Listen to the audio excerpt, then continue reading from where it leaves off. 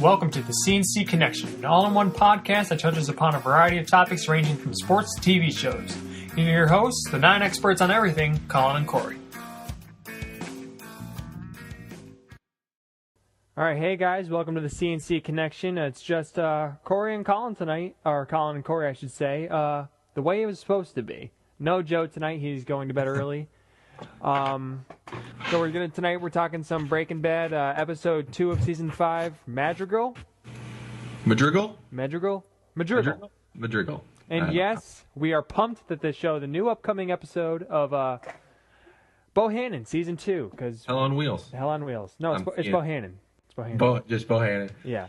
Everyone watching Bohannon tonight. Oh yeah. And I see some advertisements here in the city. I get pumped and I'm excited to walk around. You see Hell on Wheels advertisements in New York City? Yeah, like on buses and stuff like that. It's just Bohannon on the bus. What? Yeah, it's awesome. That boggles my mind. I've never seen. Well, I don't live in the city yet either. Yeah, but I mean, they advertise everything. They advertise Sister Act with Raven Simone in the subway. So, I mean, that's Broadway, but. Oh shit! We're getting off track, but okay, yeah. Breaking Bad, season 2, episode 2 of season 5. Initial reactions. What do you think? I liked the first episode better, because just all around there was a few scenes that were a little slow for me, but it was necessary, and I liked the Mike parts a lot. I mean, this is like a Mike episode. Yeah, so. It's a first featured Mike episode, I guess, kind of. You really get to see into this character, kind of. Yeah, the only other Mike episode I would like more is the one where he in season 3, where he just went off and started killing people, and that goes off and he goes into the that like warehouse. Yeah, and Chow is actually from that episode. Now I remember. I know we were talking about it before, like when Chow was from. Chow was in that warehouse. Oh, he's the one he saved, right? Yeah, he was the one he shot in the hand. Right. Yep. And that was pretty funny seeing when that happened. I like that part. That's my favorite Mike episode, but this is probably second, just because he had so much of it. Yeah, it was a lot of Mike. I don't know. I kind of like this one more than the last episode. Really? There was a lot going on. I mean, I guess I don't know. It was just a lot. I felt like it was even darker than the last episode, especially towards the end.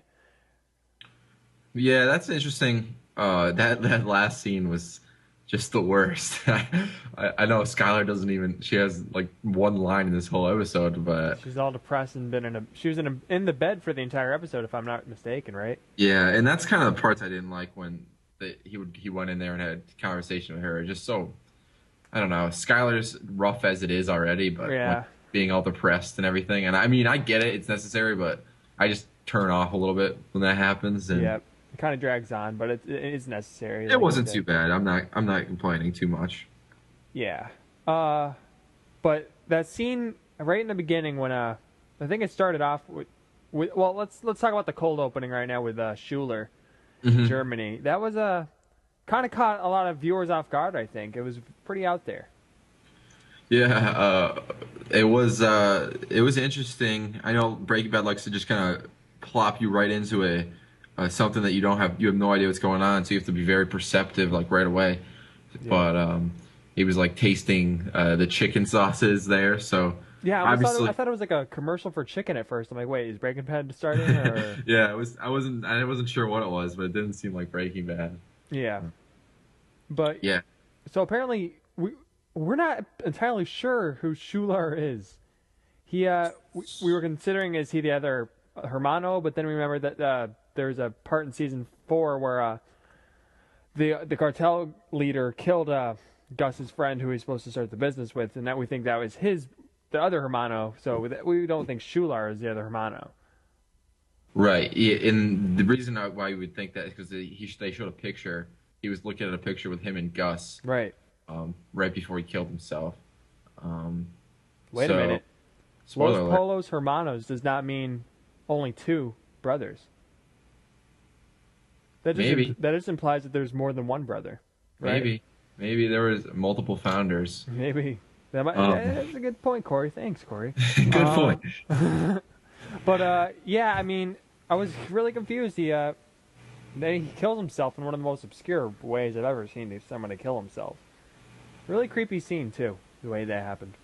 Yeah, it really was. I mean, I saw it coming, but Yeah, yeah, it was a good opening and it opens up a whole plot kind of. new characters and new plot device, I guess. This whole episode, like Jesse and Walt, the main characters of the show, really took a back seat, and they introduced a lot more, supplementary characters.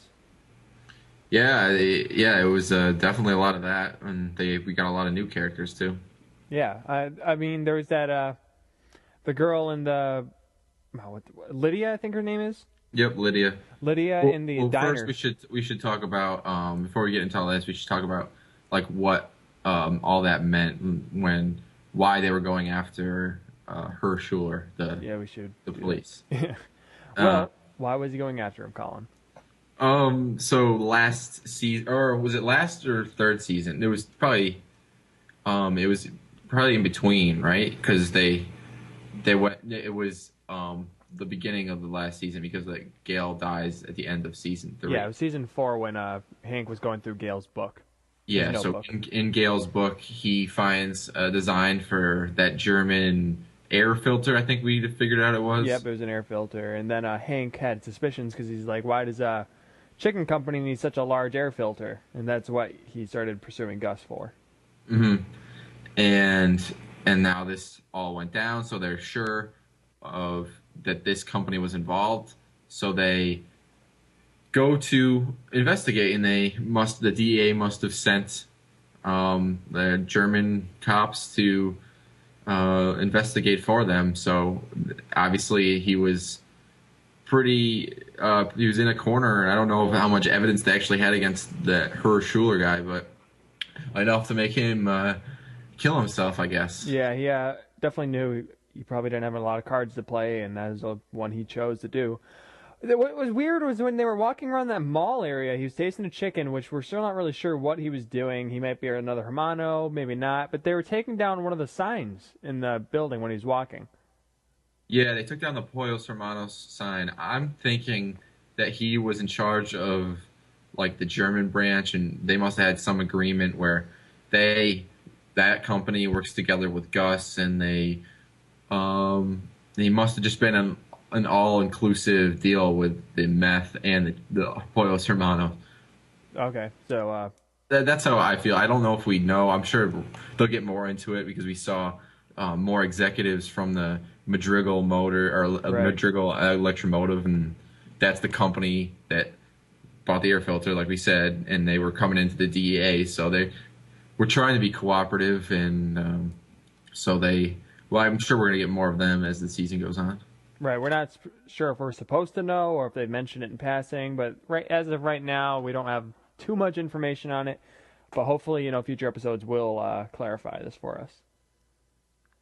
Yeah, and Lydia is also an executive from Madrigal Motors, and obviously there's evidence against her somehow. This is her first sting, kind of. Yeah, her first time in the series, I'm saying. Oh, yeah. Well, she hasn't been in before, so. Right. No, yeah, we haven't seen her. So that's why she comes to Mike, and that's how she's involved, not some random lady. Yep. But also, we need to talk about the rice and cigarette. Yeah, I was just about to talk about that scene. Very, very disturbing. This is we're seeing Walt. He's become this evil genius. He's very manipulative. And it clarified that Walt did in fact take the cigarette and had someone take the cigarette to make him think that Gus or Walt took it, and that's how Walt can manipulated Jesse to try to kill Gus. And it was proven this episode for the most part. I mean, we already knew, but this episode has pretty much proved it. Well, yeah, we knew once that last season when we found out about the what's that plant called that he used? Lily of the Valley. The Lily of the Valley. So we knew he was setting Jesse up to go turn him against Gus. Right. But now he's actually helping Jesse find a cigarette that's not there. So, I mean, he ends up planting a fake ricin cigarette because at the beginning of the episode, we also see him hide the real ricin in his electrical socket. In his electrical socket. So maybe that comes in later on where he needs to use ricin again. And what if his baby gets into it somehow? Yeah, I doubt that would happen. But, yeah, that'd be a dark turn. I think I don't know. It just kind of shows. I was kind of thought the looking for the ricin cigarette seemed a little out of place. Because it wasn't really. I don't know. It didn't really. I didn't really think. I wasn't really thinking about. Oh, we need to find the ricin cigarette. You know. Well, yeah, I had never considered that, but then it makes perfect sense that Jesse would be concerned. You know, like if someone picks it up on the street, like he said, and it just feels weird to me that it was in the second episode. I guess they had to do that whole thing in the first one. Yeah, I just looked at it. They were preoccupied with the cameras and stuff, and now that they don't have really much to worry about, you know, now Jesse's mind is getting the better of him. Mm-hmm. But the way like Walter just played Jesse when he planted the cigarette and stuff, and then he's like consoling him like a parent, and he has Jesse just like he's like putty in Jesse's hand right now, or putty in Walt's hand. Yeah, you're right. Yeah, and they're obviously starting up, and they try to get Mike. That's like next scene. They're trying to figure out their operation and how it's going to continue. They have a talk with Saul. And they're trying to find out a place to do it, and I'm sure that's going to be next couple episodes. Yeah. Saul is not like on board with this either at all. He's basically telling him you had a lottery ticket by you're alive. You should quit while you're ahead. And then Walt rebuts and says, you know, I'm actually 40 in the hole right now, so I'm not going to stop. But he does it in a way that's just like I'm not taking no for an answer. Yeah, he's still being as cocky as he was in the first episode. Yeah. Yeah. So what else was there that I needed to mention? Well, the whole diner scene with Mike with Lydia. Oh, well, first before that, I wanted to talk about how Hank says he actually got into the laptop before they pull off the thing, and he looked into it and it was all encrypted. So I'm not sure if they were saying, because I know we talked about this off podcast, but I was saying that I didn't think there was any way that Gus would be that just careless with his computer or an evidence. Like obviously he'd be like prepared for someone to come search Pollos Hermanos, even if he dies. Like I don't know how that works with computers, if you can encrypt it and no one can get into it or what, but I don't know. I still don't see Gus being that careless. Now, I just had a thought to me right now, because this was actually a pretty interesting scene too, because when Hank was talking to the chief and his partner, and his chief was just talking about how he just never even expected Gus. He uses his recipes at barbecues. He's met with him a couple times, and then he says like he was right on my nose the entire time. And then you see Hank make this sort of face, right? Yeah. I guess I remember what you're talking about. What were you thinking by that? Okay, now here's what I'm thinking, because he says you got to look at the computer. What if he saw Hank in the laboratory? What if it wasn't encrypted, and he just hasn't reported it yet? He saw Walt, you're saying? Let's say he just saw Hank saw Walt. Let's say Hank saw Walt. And I've actually heard this before, too, other predictions, but I don't. So you're the Mike's boss who's being fired, because of his involvement with Gus, right? This is Hank's boss. Yeah. And so you're saying after he says like he was just right on his nose, he didn't realize him, that Hank makes a face like he's already seen Walt. Yeah, like that's what I'm thinking now. Because at first I thought like, wow, that's pretty ironic because he doesn't know what's under his nose. But now if you can look at it, it's ambiguous. You can look at it like, well, yeah, you know, I think I'm in the same situation. I mean, I don't know. I don't think it's going to go that way, but it's definitely something to consider. Because if Hank knows, he wouldn't. I don't know if he would tell right away. You know? I don't think he would say it was encrypted either. I don't know. He obviously would if he wanted to keep it under wraps, but I don't know Yeah. why he would. I don't know either. Maybe he just wants to talk to Walt first. But I don't. I don't think that's what's going on. It's just something that I hadn't considered before, I guess. I don't think so either because there's been points in the series where Hank's been like right on the verge of being like, does he know this whole thing about Walt? That Yeah. that thing with Gail's notebook where the WW was in Gail's notebook Right. and he was being very suspicious. Like I think he even said, "Is that you?" And joking, like almost joking, half jokingly. Yeah, you like, never know with Hank. He's very. I think that actor is pretty good in general. He plays such a yeah, sly, but like he's a douche, but at the same time, like he knows what he's talking about, kind of. Yeah. I like the way he plays it too. Yeah. It's very. It makes you think a lot. Yeah, you don't know where he's coming from, and I like to see that Hank is actually back on the show now. I mean, last season he's more of an ancillary character. He didn't really do anything, It kind of sucked because he was paralyzed. hurt, so he couldn't really do much. Yeah, I mean, there were some couple key scenes with him when he was looking through the notebook and stuff, but like other than that, he was just building a rock collection and being mean to Marie. And speaking of Marie, we haven't seen her yet, have we?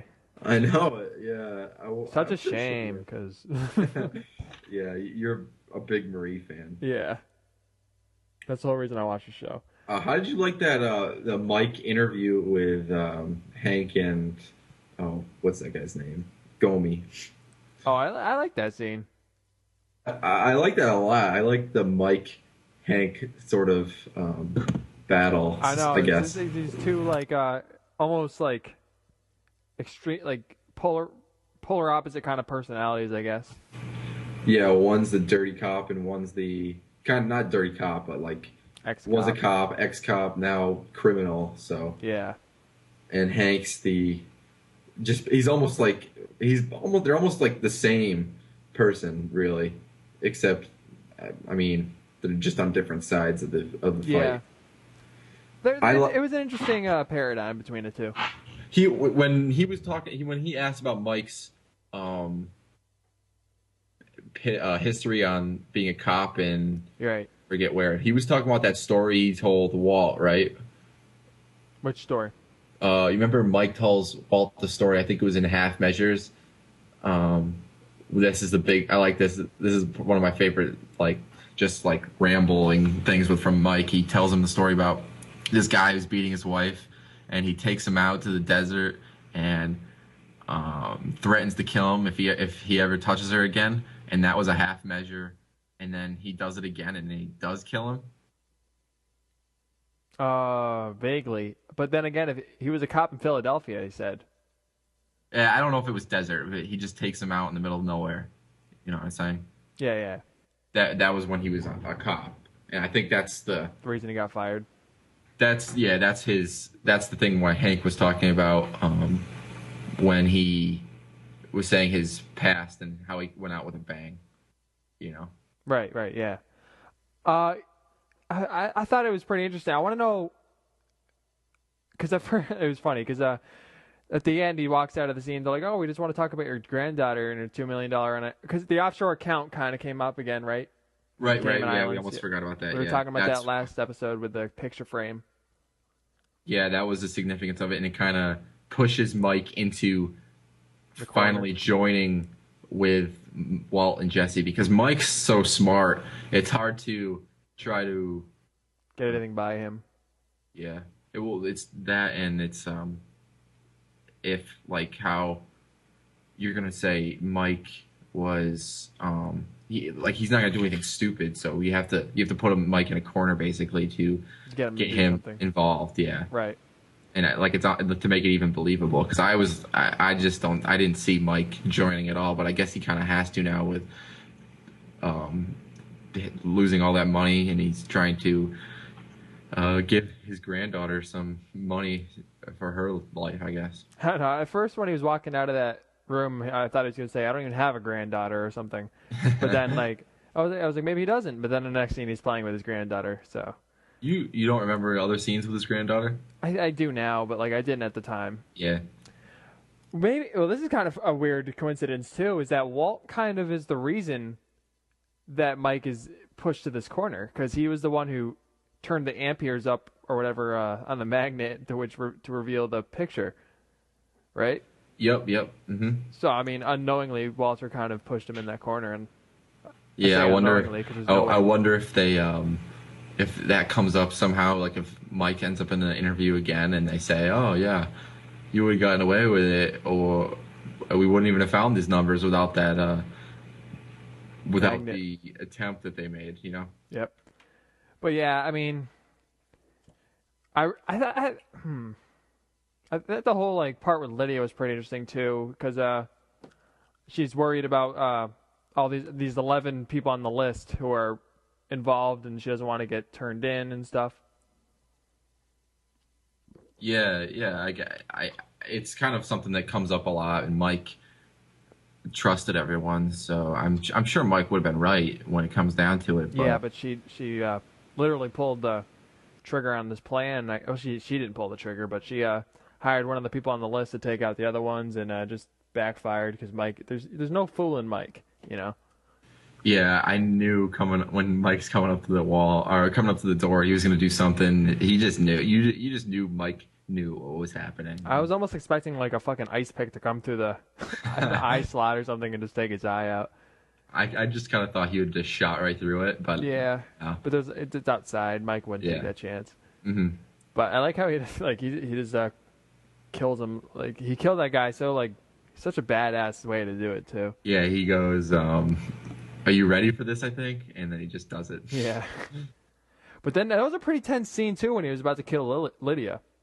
Yeah, that's such a tough situation. I feel like Mike would have avoided that at all costs of like waiting till she was asleep or something instead of going in the house with all those people there, you know? Yeah. But that happened, and he ends up using her because she has the methylamine. Yeah. Mm-hmm. She can get methylamine for them. And here's something I was kind of confused about. Was he present at that scene with Saul, Walt, and Jesse? No, that's what I was confused too. But I mean, I'm sure he knew that they needed methylamine. That they were going to need it, and there wasn't any. Yeah, he wasn't in that scene, and I guess it's kind of a hole. But it's not out of the question that he knew what was going on. Well, I think not Walt. Mike always knows what's going on. I feel like, and I feel like that's part of the reason he stay out of it. He's like, you know, they're not even going to get anywhere because they don't have the methylamine. So maybe that's why he asked her. That scene was pretty intense though, with the whole like daughter, I don't want to disappear thing. It was pretty dark. Yeah, it was. I don't know how I would have handled that situation if I were Mike. Well, yeah, we actually, I think this is like one of the few moments where we see Mike have some kind of humanity. I mean, we see it when he plays with his Hungry Hippos with his daughter, or not his granddaughter. Uh-huh. And there was a couple other moments in the past, I guess, but like this is like the main like this is one of the big like moments of humanity for Mike. Yeah, definitely. It's a different aspect because he doesn't want to. I mean, he has a granddaughter. She has a daughter about the same age, probably. And it's tough, and I don't blame him for doing what he did. But I don't know if you can trust that lady too. Very, very untrustworthy. From what we've seen from her, we can't trust her as far as we can throw her. Yeah, I think we got everything from the episode. Maybe the last scene where he's talking to Skylar about. After he just gets the call from Mike, he's feeling pretty good, and he's telling her that just really awkward scene about how everything's good for the family and everything. Yeah. And Skylar's just a fucking wreck right now, and she's like, you can tell she's just disgusted by Walt. Yeah. Do you think there's any chance she turns him in? No, because she's involved too, you know? Yeah, but you mean you can always cut a deal. That's the thing. That's true, but I don't know. Because then Walt Jr. would know.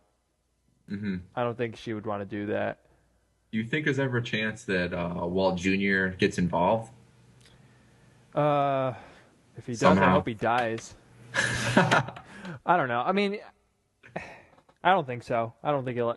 Like, maybe like by accident he might get involved like with a quick thing. I don't think he'll be like a main player.